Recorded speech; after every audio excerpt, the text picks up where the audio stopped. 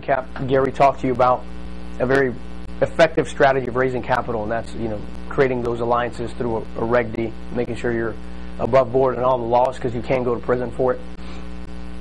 Kind of highlight this portion, we'll talk in just a minute, but then Stu basically taught you how to indirectly sell an investor on commercial investing, because that's extremely important, especially for some of you who were still not even sold on commercial when you got here, because you didn't understand the intricacies of it.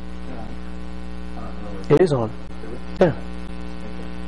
So it's key, because actually as you start talking to investors, you start presenting to them remember the residential versus commercial, and you start showing them that their ROI can not only go higher, but it can be residual long term, and literally get to the place where it's infinite and they're still in one deal. They don't have to keep flipping deals to make that kind of return. So it's a big difference. Most of you, however, are at a point where you're saying, okay, great, I love the concept, I want to raise money, but how in God's name am I going to find somebody that I could even pitch about this concept so they can give us money, right?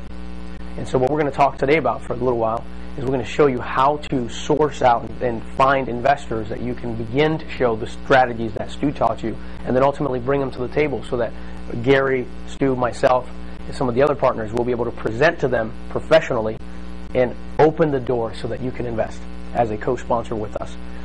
Basically, the strategy is as simple as you could possibly see it. I put it on the board. You've got our Real Deal team. It definitely wouldn't be that LLC. Each project, specifically a big building or things like that, will be in its own separate LLC, of which we would be the main sponsors of that project. There would be a separate LLC, it's a smaller LLC, which is your LLC individually, upon which you would bring investors through your LLC as a co-sponsor to invest in the company that is the holding company. In other words, the company that holds the asset that's generating income. So that's how you will legally be able to get paid.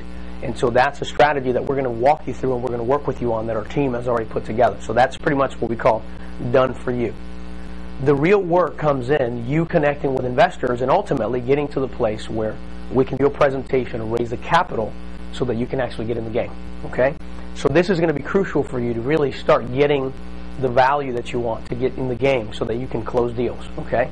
So you might want to write down some of these strategies so that you remember some things that you're going to do to generate income.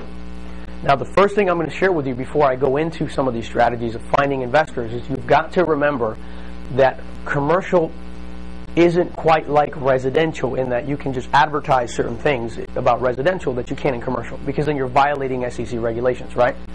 So as I share some of these things, I might stop and say, keep this vague. What I mean by keep this vague is keep it topical within the topic that you're specializing in. It might be office buildings, it might be retail, it might be mobile home parks, whatever you're interested in. So you might keep it specific to the topic, but don't go in there and start putting things like 18% cash-on-cash return.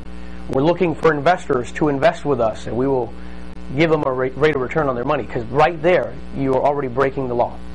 And we don't want to do that, because especially if you're working with us, you're representing us, which is why we're investing the time to teach you to do it correctly. Does that make sense? So be cautious about the things you put online, especially because once it's online, it doesn't disappear. It's there forever. And so you want to make... Once it's online, it's printed. Yes. It's evidence. Exactly. So be careful what you put online. Exactly. And so we will go through that again, and I'll keep hitting, but those are the points I want to stress to you. You can advertise, you can market, but you can't flat out say, I want to raise capital for this project, or I want to do this, and I'll give you a 10% return on your money. Anyone you see online that says that is breaking the law. And so next time you go online and you see that stuff, you're like, oh my gosh. Trust me, they're just around the corner for going to prison. And we know people who have already gone to prison for doing it.